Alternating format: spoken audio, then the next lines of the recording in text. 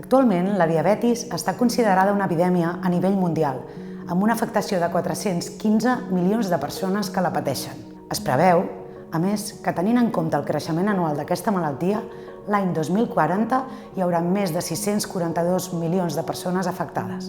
Els podòlegs, de la mateixa manera que la infermeria d'atenció primària, tenen un paper molt important en el control de la malaltia i les possibles afectacions que pugui tenir el pacient, sobretot en el cas de l'extremitat inferior.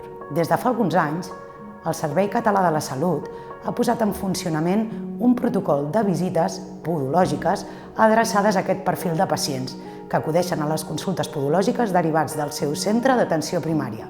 Gràcies a aquest servei, han pogut accedir al podòleg una gran quantitat de pacients que no ho feien de manera rutinària i, per tant, han pogut ser aconsellats i tractats de qualsevol patologia que presentin a nivell de peu.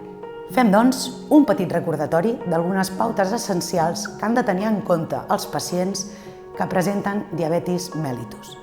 En primer lloc, és important que anualment es realitzi un cribatge neuroisquèmic, que consisteix en una sèrie de proves que el podòleg realitzarà per detectar el grau de severitat que presenta el pacient i si presenta o no un peu de risc. S'ha de parar també especial atenció a la hidratació del peu, l'estat de les ungles i el seu tallat, la higiene, la presència de deformitats òssies, de callositats, entre d'altres. En referència al calçat, cal recordar que ha de ser apropiat a la mida i forma del peu, tenint en compte qualsevol deformitat òssia que el pacient pugui tenir, com per exemple els galintons. És important preveure qualsevol tipus de fregament amb el calçat que pugui generar alguna ferida. Recordem que existeixen al mercat sabates sense costures i de materials específics que s'adapten a aquest tipus de peu. Cal tenir en compte també que els mitjons siguin transpirables, de fibres naturals i sense costures.